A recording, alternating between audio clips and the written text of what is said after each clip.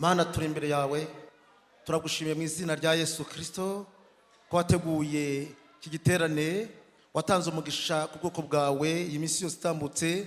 Turagushimira ko warinze abakozi bo guturuka hariya mu majyepfo bahageze. Rero turagushimira ubutumwa mu ndirimbo, none umugaragu wawe ahagaze hano arashaka kuvuga ijambo ryawe, ni iryawe nyine unyuza muri we.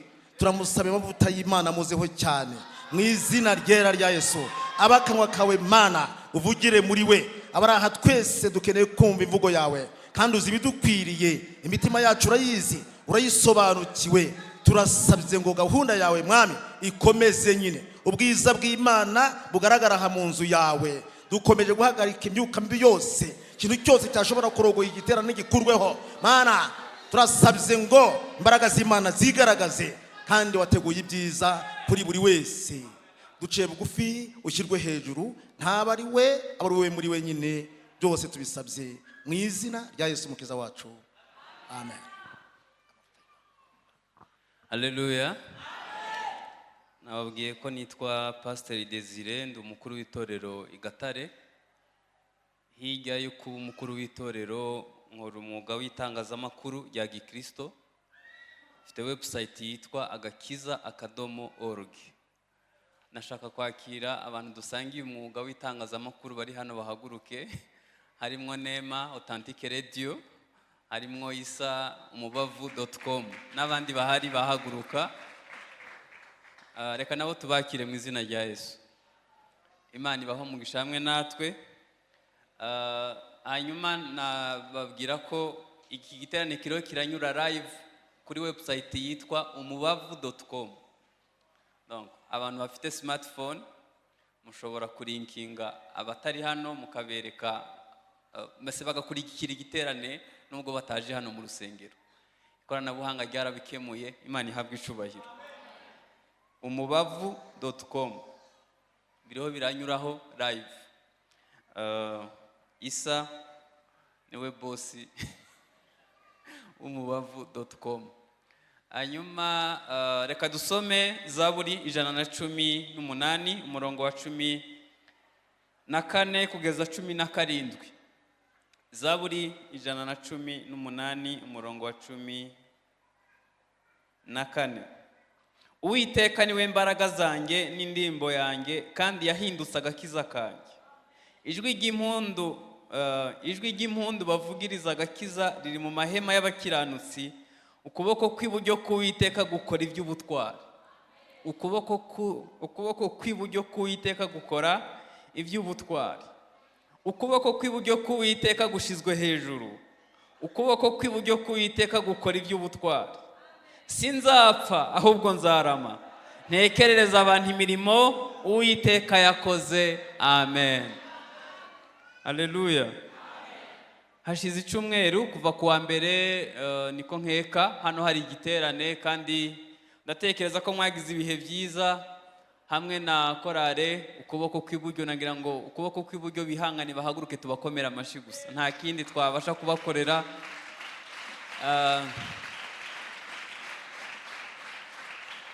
Muyakome cyane cyane cyane cyane cyane cyane cyane. Murakoze cyane. Batweretse ko ari ukuboko kw'iburyo nyine, kandi ukuboko kwiza kw'iburyo kuri kumwe nabo. Amen. Iyi Zaburi ntabwo nshaka kwivugaho byinshi, ariko urebye ubuzima bwa Dawidi ukareba uko yabayeho, kuvuga amagambo asa nk'aya byari bifite ishingiro, kuko yabonye ukuboko kw'iburyo kw'Imana kumutabara. Haleluya. Reka mvuga ibintu nka bikeya kuri Dawidi. Icyambere, yari yaranzwe n'umuryango we. Zaburi 27 haravuga ngo nubwo data na mama bandeka cyangwa se bantaye, Uwiteka azantoragura. Inkuru nziza ngufitiye, ibyo papa na mama batagukorera Yesu yabigukorera. Abantu bumva bagiriwe neza n'Imana atari imiryango, bakumva ari Imana yabikoze, nibavuge ngo amen. Narizi ngo ndi ngenyene. Umuryango ugira uruhare rwawo naho ugarukira, Uwiteka nawe agakomerezaho, agakora ibyo abantu batashobora.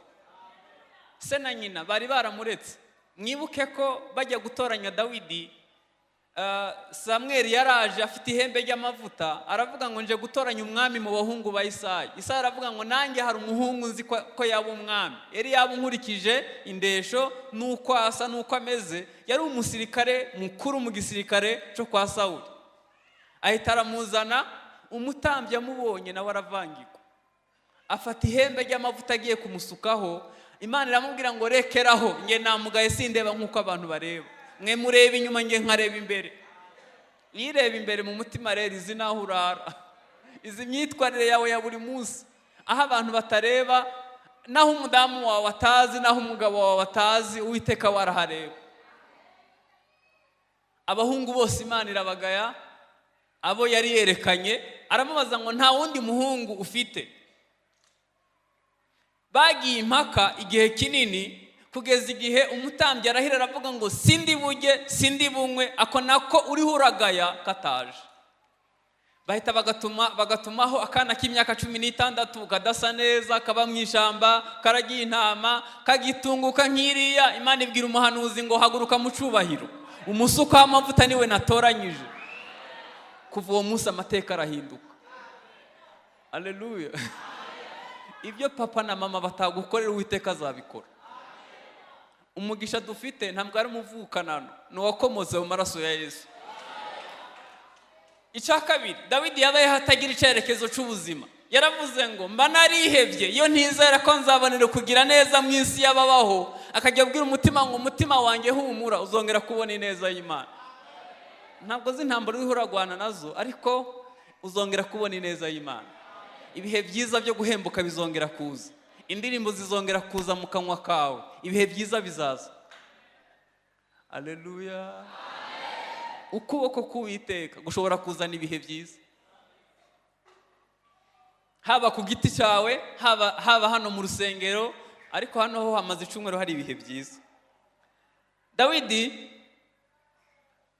yabayeho ubuzima agwana n'intare, yica idubu. Idubu ni uruse, ni inyamaswa mbi kuruta intare, iba ahantu hakonje mu Burayi. Ni inyamaswa mbi cyane, nta muntu mubwira ngo wakoze. Hari abantu iyo utabashimiye bahita barakara.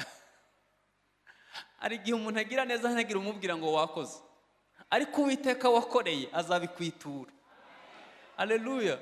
Hari umunsi umwe azabyerekana burya ko bwose ko wagiraga neza.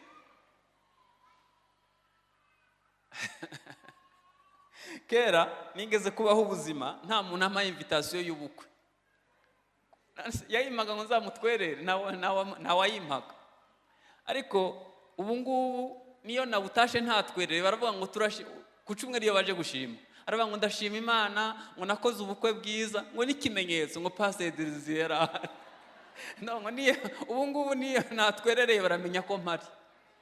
Haleluya.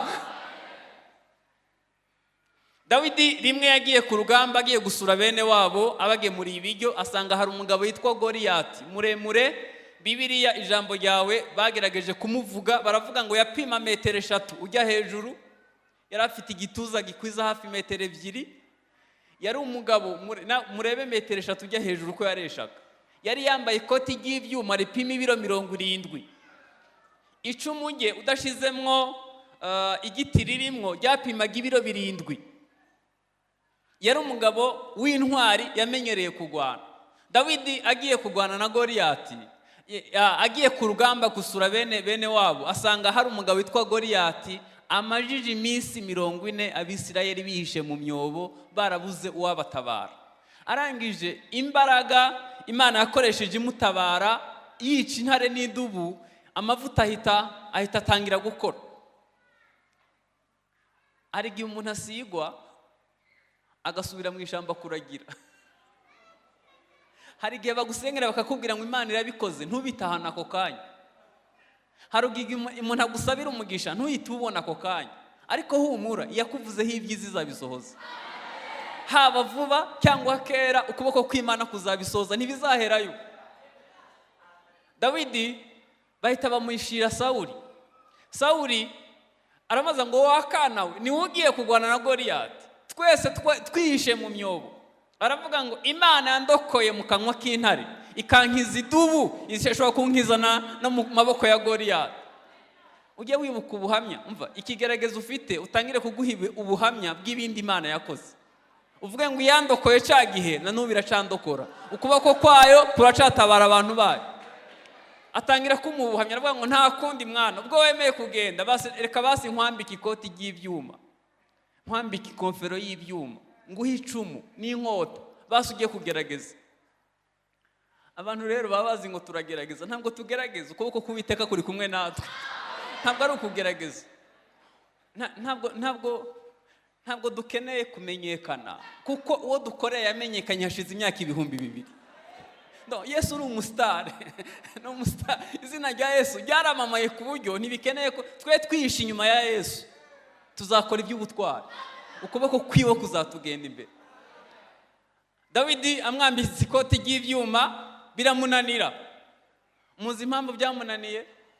Murashaka ko nyibabwira? Nuko yamwambitse ibyo yatsindanywe. Ibyo Sawuli amaranye iminsi 40 mu mwobo nibyo yamwambitse. Hari ubwo twambika abandi ibyo twatsindanye, ukigisha gusenga utayaherukamo, ukigisha imbabazi hari uwananiwe kubabarira, ukigisha guca bugufi uri ingare.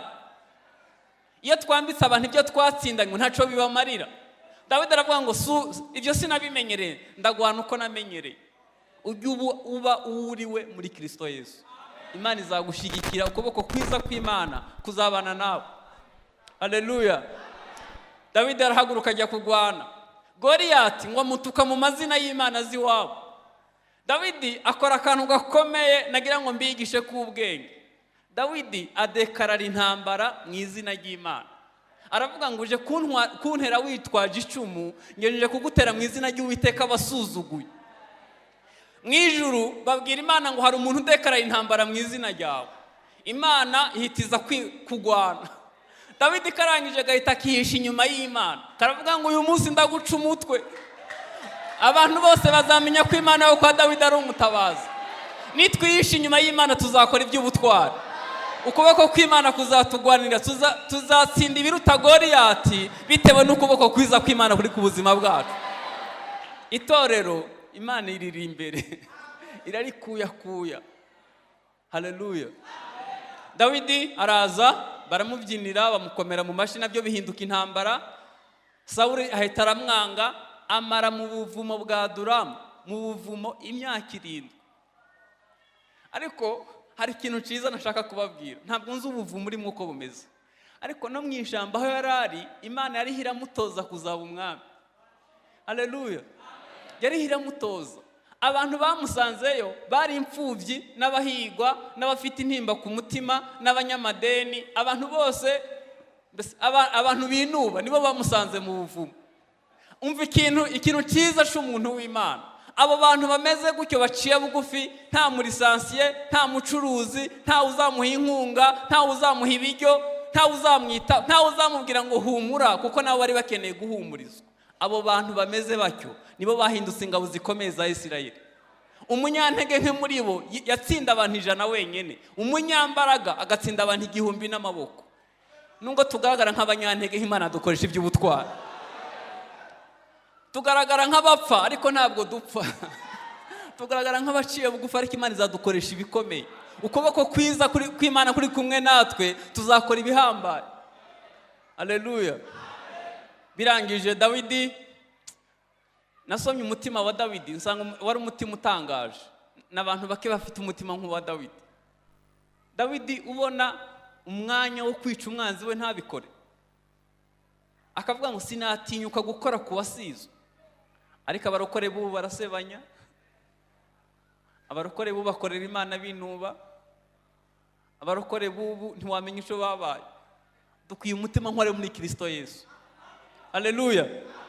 Dawidi byarangiye ayoboye imiryango 2, barebye ukuntu afite imiyoborere myiza, ukuntu ari umwami mwiza, ukuntu ayobora abantu neza, igihugu cyose kiramuyoboka, aba umwami wa Isirayeli. Avuga amagambo akomeye, aravuga ngo imirimo Uwiteka yakoze. Haleluya. Ntabwo nzayihererana. Nzakora imirimo itangaje kuko nawe Uwiteka yankoreye ibitangaza. Rimwe ari mu nzu ye aguwe neza, ari mu nzu y'imyerezi, ahamagara umuhanuzi Natani amubwira ngo natinyuka nte kuba mu nzu y'imyerezi, isanduku y'Uwiteka iba mu ihema. Imana iramubwira ngo Dawidi we urantangaje, dukwiye gukora ibintu bitangaza Uwiteka. Aravuga ngo kuva nkura Abisirayeli muri Egiputa nabaga mu ihema ryansaziraho bakanyimurira muri indi, none wowe nkuye inyuma y'intama ejo bundi utekereje kunyubakira inzu. Imana iramubwira ngo nta nubwo ari uzayubaka, izubaka umuhungu wawe, ariko ndagusezeranira ko utazaba impunzi mu gihugu cyawe. Guhunga ntabwo ari umugisha beneda, ntabwo ari umugisha. Aramubwira ngo ikindi, ntuzabura uwo mu rubyaro rwawe azagusimbura ku ngoma. Ni ukuvuga ngo ubwami buzahora iwawe. Nagiye muri Isirayeli, hari ikintu cyantangaje. Ku gituro cyo kwa Dawidi hararinzwe mu buryo buteye ubwoba. Hari abatambyi bahasaziye nta kindi kintu bakora, bahora bicaye imbere y'amagufa ya Dawidi kubera icyo Imana yamuvuzeho. Haleluya! Imirimo myiza izagenda no ku bana bacu, kandi nukora imirimo mibi uzamenye ko n'umwana wawe nawe azayijyaho. Icyo umuntu abiba nicyo asarura. Imana iramubwira ngo ikindi, ngusezerana isezerano ry'imbabazi zitazarangira, ngewe nawe tuzabana amahoro bitewe nuko utekereje ikintu kidasanzwe. Haleluya! Ukuboko k'Uwiteka kwabanye na Dawidi. Sinshaka kuvuga ibintu byinshi kuri Dawidi, ariko ndashaka kuvuga ibintu ukuboko k'Uwiteka gukora. Ntabwo nabivuga byose ngo mbishobora, ndashaka kuvugamo 7 gusa. Ushaka aho wandika. Icyambere, ukuboko k'Uwiteka gutanga amahoro. Nagira ngo mbwire abantu badakijijwe bari hano n'abacitse intege, ntabwo amahoro y'abarokore ava ku bifadika, bafite amahoro nk'umurage. Yesu asengera abigishwa yaravuze ngo mbahaye amahoro yanjye, mu isi nubwo mwagira amakuba ariko muhumure nanesheje isi. Reka mbabwize ukuri, nta supermarket ikomeye mu isi icuruza amahoro. Ntiwayaha umugore wawe, ntiwayaha umugabo wawe, ni ukuboko kwiza k'Uwiteka gusa gutanga amahoro. Haleluya! Twebwe ntabwo tugira amahoro kuko hari stock y'umuceri, ntabwo tugira amahoro kuko dufite amafaranga kuri konti, ahubwo dushobora kuririmba ngo ubwo umwami Yesu ankunda ndamahoro, no mu byago ndamahoro nzaririmba, kuko ukuboko k'Uwiteka kuri kumwe natwe. Ukuboko k'Uwiteka gutanga amahoro. Niba utagira amahoro, kuko bireba ngo nta mahoro y'umunyabyaha, ni k'Uwiteka avuga. Uno munsi turakwingingira Imana nawe utahana amahoro y'Imana. Ntabwo nzi byakubujije amahoro ibyo ari byo, byaba ibyo mu mwuka, byaba ibibazo bisanzwe byo mu buzima. Ukuboko k'Uwiteka gutanga amahoro. Iyo mureba imfubyi n'abapfakazi babyina hano, nta kindi baba babonye. Imana ibaha amahoro, ikabashira hejuru y'ibibagerageza, bakumva baranyuzwe nubwo ntaco babonye, bitewe nuko babonye amahoro y'Imana. Haleluya! Yesu yadusigiye amahoro nk'umurage. Ntugakunde ikintu na kimwe cyaguhungabanyiriza amahoro. Icya kabiri, ukuboko k'Uwiteka gutabara abana bayo. Ukuboko k'Uwiteka gutabara abantu. Niba hari abantu bababaye n'Abisirayeli muri Egiputa, ariko rimwe Imana yabitekerejeho iravuga ngo uyu munsi nabyutse nabitekereje, umuniho wazamutse ungera mu matwi, ibwira Mose ngo haguruka ujye kuzana Abisirayeli muri Egiputa. Bari bamaze imyaka 400 bakora uburetwa, irengezeho imyaka 30, bababaye cyane, ariko ukuboko k'Uwiteka kubakuza y'imbaraga zabo. Birashoboka ko waje muri eternity utarakizwa, utarakira Yesu umwami n'umukiza. Nta wundi muntu umwe yagutabara mu ngeso za kamere. Nta kindi kintu cyagukiza irari ry'ubusambanyi, nta kindi kintu cyagukiza kwangana. Nemera agakiza ni muhimana icubahiro. Uzi ko agakiza gashobora kakubashisha kubabarira utagusabye imbabazi. Uzi ko agakiza kakubashisha gusaba imbabazi nubwo byaba biri bukugireho ingaruka. Agakiza, ukuboko k'Uwiteka niko konyene kwakuye Abisirayeli, gutabara Abisirayeli kubakura muri Egiputa. Haleluya!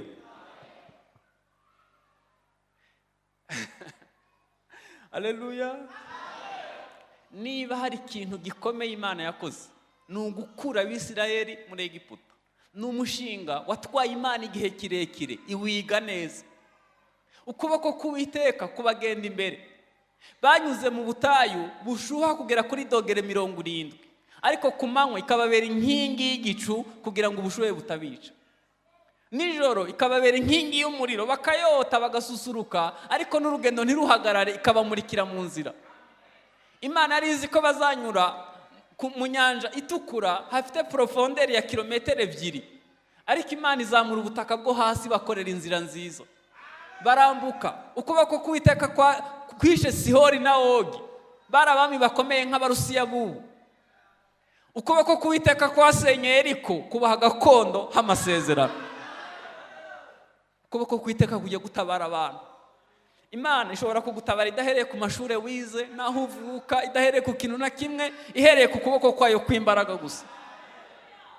Icya gatatu, ukuboko k'Uwiteka ni ukunyambaraga. Haleluya. Ushobora kwiringira tante nanko n'uwo mwabanye hahandi, imbaraga ze zikagira aho zigarukira, ariko ukuboko k'Uwiteka guhorana imbaraga iteka ryose. Haleluya.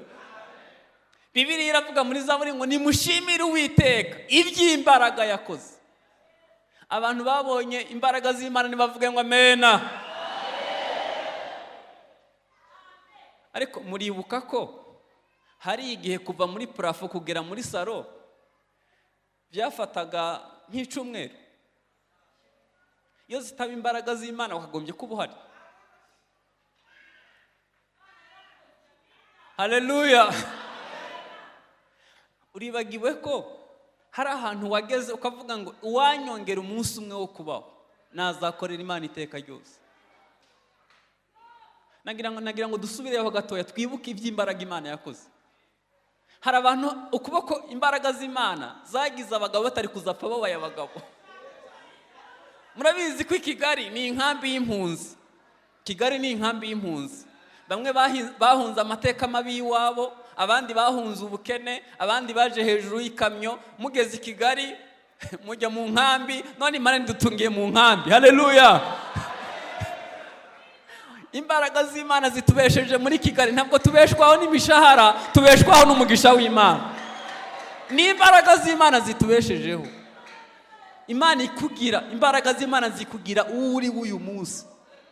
Bahoze bambwira ngo mugatenga ngo abantu ba mbere batunze amamodoka menshi ngo n'abantu bo mu kuboko kw'iburyo. N'ukuri n'Uwiteka yabikoze. Haleluya. Hanyuma icyakane,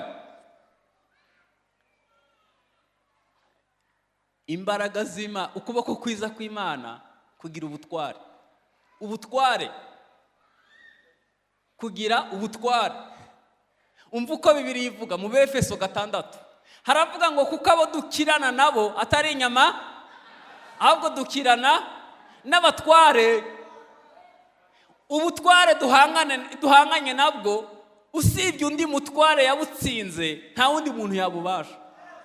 Satani mutamufata nk'akantu. Eka ni umunyambaraga afite ubutware, ariko ubutware buturi imbere bwatsinze byose. Kugira ngo ubutware bwa Satani butsindwe bisaba undi mutware ari hejuru. Haleluya.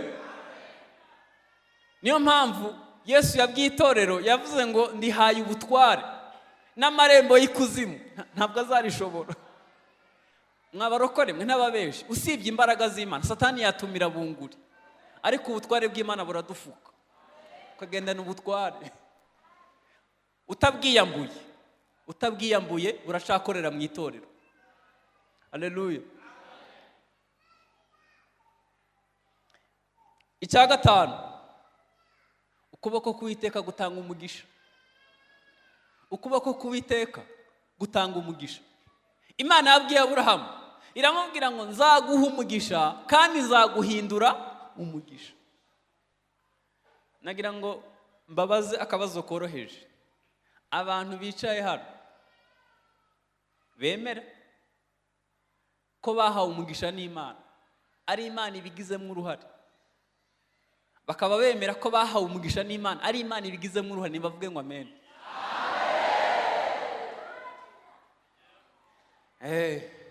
Haleluya. Eliyezeri ajya gusabira umuhungu wa Aburahamu witwa Isaka, muri presentation ye yavuze akantu keza. Yavuze ngo ndi umugaragu w'umuntu yitwa Aburahamu, ngo ni umuntu Uwiteka yahaye umugisha. Haleluya. Ukuboko kw'Uwiteka gutanga umugisha, apana umugisha w'umwuka gusa, n'umugisha ufadika. Kintu kimbabaje mu barokoremo muri iyi minsi ni abantu Imana yahaye umugisha bakabyitwaramwo nabi. Umuntu agashima hano ko Imana yamuhaye imodoka ayigendamwo wenyine, anyura ku bantu babuze uko bajya ku kazi, yazamuye ibirahuri yumva radio wenyine. Niba warahawe umugisha, wibuke gukorera umugisha nawe. Nagira ngo mbabwire ko ibyo duhabwa ntabwo ari ingororano, ahubwo n'ibidufasha gukorera ingororano. Niba Imana yakugaburiye, gaburira abandi. Niba Imana yarakwambitse, nawe niwambika abandi. Ibyo duhabwa si ingororano, n'ibidufasha gukorera ingororano. Ukuboko kw'Uwiteka kuzaduha umugisha. Hari igihe usibye ko kuboko kw'iburyo batunze amamodoka menshi, si amamodoka gusa, n'indege zizaza. Haleluya. Ubu wagira umugisha wo kubona udufoto twanyu muri mirongo hagati aho. Ari abantu bari bafite ikirarane c'inzara, mbese ibagaragaraho no mu maso. Ariko uko umuntu agenda yubaha Imana, Imana igenda imuha umugisha. Niba ushaka gukomeza gutera imbere, niba ushaka kuzahabwa umugisha mwinshi, ibanga ni rimwe: gutanga bizana umugisha kuruta guhabwa.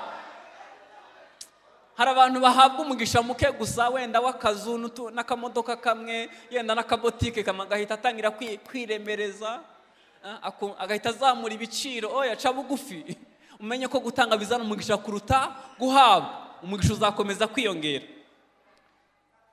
Icya gatandatu, ukuboko kw'Imana kuraturinda.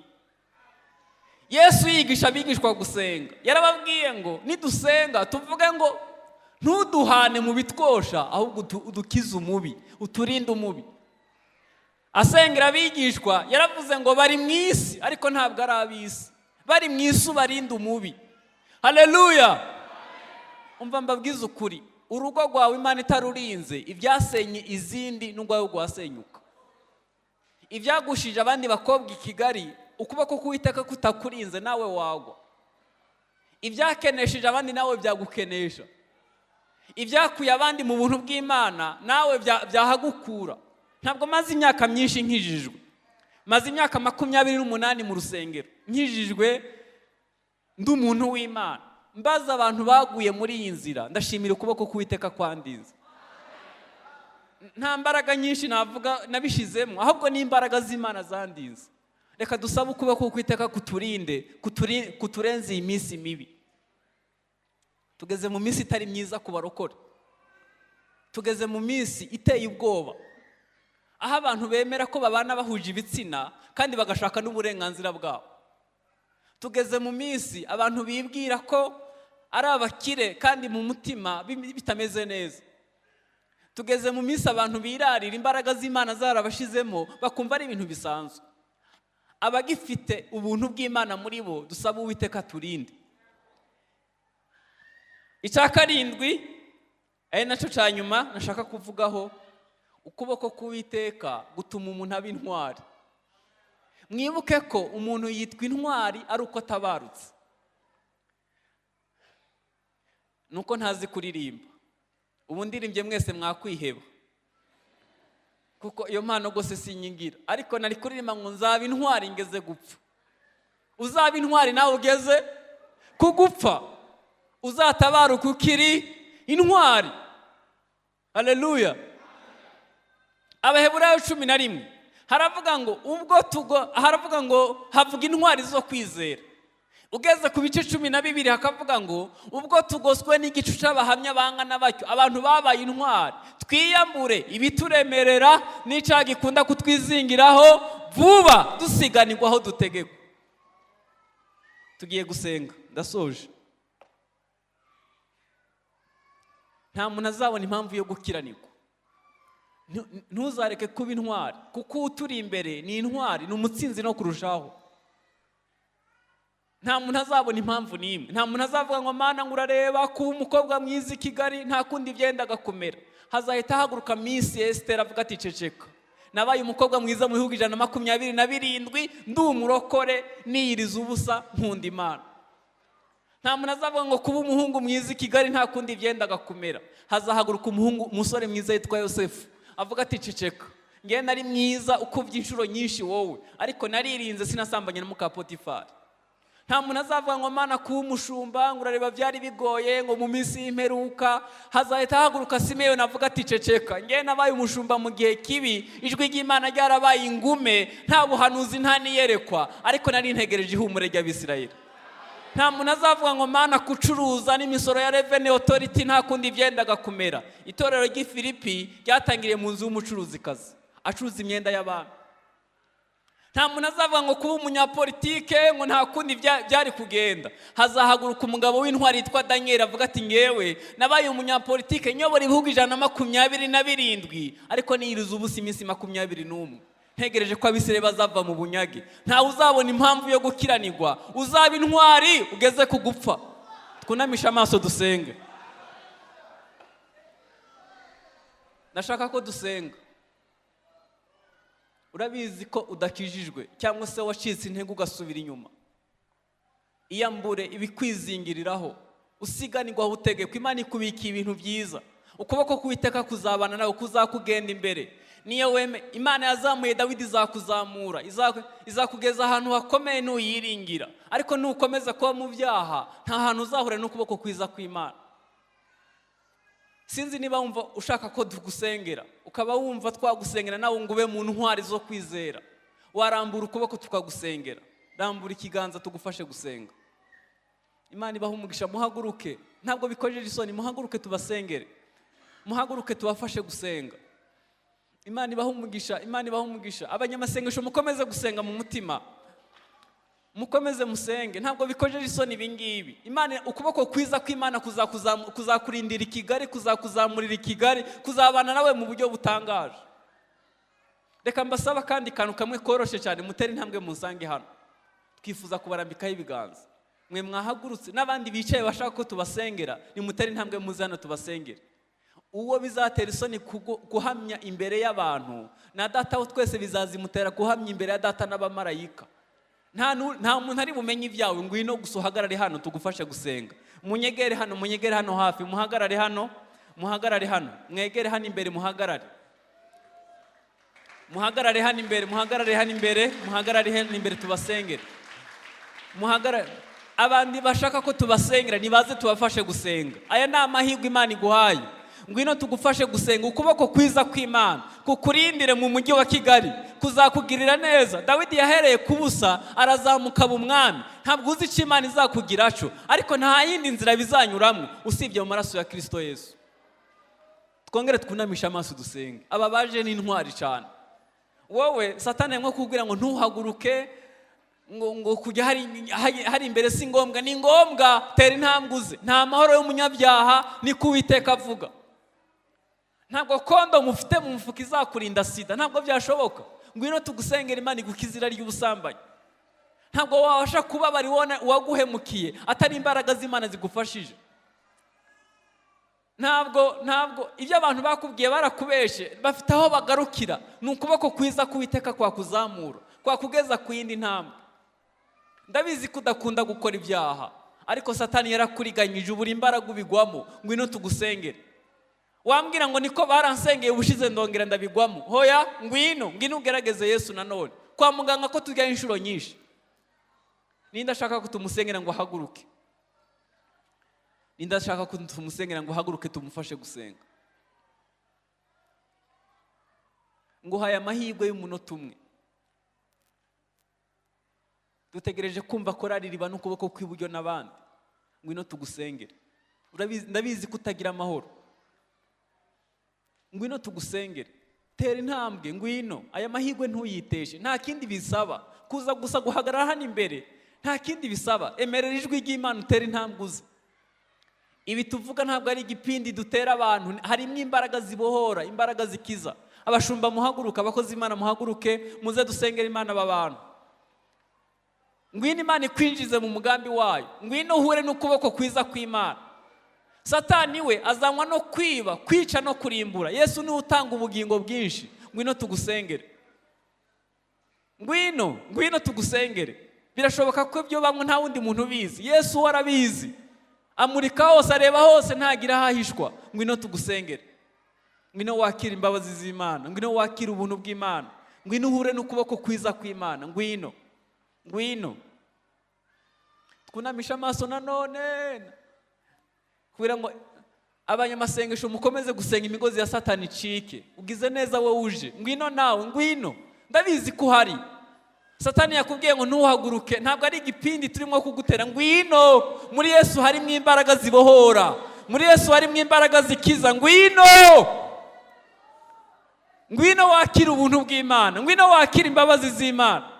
Satani we arica uko yaza kose, abagambiriye kukwica. Ngwino wakira ubuntu bw'Imana, ugize neza kuje. Ngwino nawe, ndabizi ko udakijijwe, ndabizi ko utarahura n'ubuntu bw'Imana, ndabizi ko wakijijwe ukongera ukagwa. Ngwino wakira ubuntu bw'Imana. Urakoze nawe ukuje, ngwino wakira imbabazi z'Imana, ngwino wakira ubuntu bw'Imana. Ugize neza nawe ukuje. Birashoboka ko byashitse ugaca inyuma y'uwo mwashakanye, birashoboka ko wakuye mu inda yenda, birashoboka ko wagize intege nke ukagwa mu bujura yenda, cyangwa ikindi icyo ari cyo cyose. Ntabwo nshaka kuvuga amazina y'ibyaha. Ngwino ubwire Yesu, umubwize ukuri kw'imbere mu mutima, umubwire ngo nagize intege nke. Wazanywe mu rusengero nuko ukunda Imana, ariko ngwino tugusengere, wakira imbabazi z'Imana. Wabiguyemo, Imana iguha umugisha kuje. Wabiguyemo ntiwatuye, ngwino tugusengere. Bizaba bibabaje igihe Yesu azavuga ngo ntabwo nigeze nkumenya nubwo wabaye mu rusengero. Nta kindi kintu nshaka kubohora ingoyi. Birashoboka ko ugwana n'imbaraga z'umuvumo w'umuryango wanyu. Iwanyu ntawe utera imbere, iwanyu ntawe ushingirwa, iwanyu ibintu byose biba bimeze kwa kundi nawe uzaho uvuka. Ngwino wakira igisekuru gisha, ngwino wakira ikindi gisekuru, ngwino wakira igisekuru c'abanyamugisha, ngwino wakira imbabazi z'ubuntu bw'Imana. Ngwino wakire aya n'amahirwe Imana iguhaye. Ngwino wakire imbaraga zisumba byose. Ngwino Imana iguha umugisha nawe kuje. Imana iguha umugisha kufasha icyemezo. Ngwino. Wabiguye mutabishaka, wabuze imbaraga zo guhagarara, baragusengeye urongera uragwa, ariko hari ubuntu bw'Imana kuri uyu mugoroba. Hari ukubaho kw'Imana, hari imbaraga zagukiza. Ngwino wakira amahoro wabuze, ayo utahabwa n'amafaranga, ayo utahabwa n'abakubwiye ko bagukunda. Ngwino uyakire. Ngwino Imana iguha ubutware hejuru y'ibyagutsindaga. Ngwino wakire ubutware bw'Imana. Ngwino wakira imbaraga zisumba byose. Ngwino wakira umunezero utahabwa n'umuntu wari we wose. Ngwino wakire. Ngwino Imana iguha umugisha nawe kuje. Twunamisha amaso dusenge. Hari abantu benshi numva ashaka gusengera. Ndabizi ko uhari. Hari imbaraga gusa zakubwiye ngo ntuhaguruke, ariko nawe ndaguhaye andi mahirwe y'umunota umwe. Ngwino kuri Yesu. Ngwino kuri Yesu. Iri jwi ry'inginga rishobora kubijya nyuma ku buzima bwawe. Yenda ntuzongere kugira andi mahirwe. Reka nakira undi muntu yaba bitekerejeho, yaba agiye kumvira Imana, akavuga ati ngewe uyu mugoroba nemeye kumvira Imana. Fasha icyemezo, tera intambwe nawe uze, hanyuma dusenge. Imana iragukunda, yanga ibyo wakoze gusa. Hari urukundo rw'Imana. Ahari wumve ko ibyo wakoze utabibabarirwa, hari imbabazi z'Imana. Mwe mwaje murambura ikiganza cy'iburyo. Sabe mushumba w'ururembo yegere hafi, ahita asenga. Muvuge ngo Mwami Yesu, tubabarire ibyo twakoze, dukure mu gitabo cy'urubanza, utwandike mu gitabo cy'ubugingo. Abadayimoni bose badukoresha uburetwa nibatsindwe. Amasezerano twagiranye na Satani ayo twibuka n'ayo tutibuka turayasheshe mu izina rya Yesu. Tugiranye nawe Yesu isezerano, tugiye kugukorera. Duha imbaraga z'umwuka wera, tubashe gukora ibyo ushaka mu izina rya Yesu, amen. Mana turagushimiye mu izina rya Yesu. Ijambo ryawe rifite imbaraga n'ububasha, rirondora imitima kandi rikayimenya, kandi ritanga nanone ubusobanuro buri wese akisobanukirwa, kandi ritanga imbaraga zo kwihana, niryo ritsinda imitima y'abantu. Nta mwana w'umuntu watsinda undi, ariko ijambo ryawe riradutsinda. Bose bahagaze imbere yawe Mwami, buri wese icyamutsinze urakibona. Turabasabiye mu izina rya Yesu kugira ngo amaraso yawe Yesu, mwana w'intama w'Imana, yeza atunganye aba bahungu n'abakobwa bawe. Wongere ubatsindishirize, wongere ubakire, andika amazina yabo mu gitabo cy'ubugingo. Kuva uyu munsi bimure Satani n'imigenzo ye yose. Kuva uyu munsi biyemeze kuba bawe, bafata umwanzuro bivuye ku mitima. Kuva uyu munsi baha imbaraga zo guhamya. Kuva uyu munsi Mwami turabasabiye, barinde gusubira inyuma. Ibyabatsinda gubitsine, ibyaruganya gubirwanye, babatuke rwose. Ingoyi zose z'umwanzi zicike, imbaraga z'umwijima zimenagurwe. Mana turabasabiye, tubashyize mu biganza byawe, mu bwishingizi bwawe nimwo tubashyize, kugira ngo barindwe n'imbaraga z'Imana. Urakoze Nyagasani, ushimwe yuko ubikoze nyine, kuko bakunda kuruta uko tubakunda. Byose tubisabye mu izina rya Yesu Umukiza wacu, amen.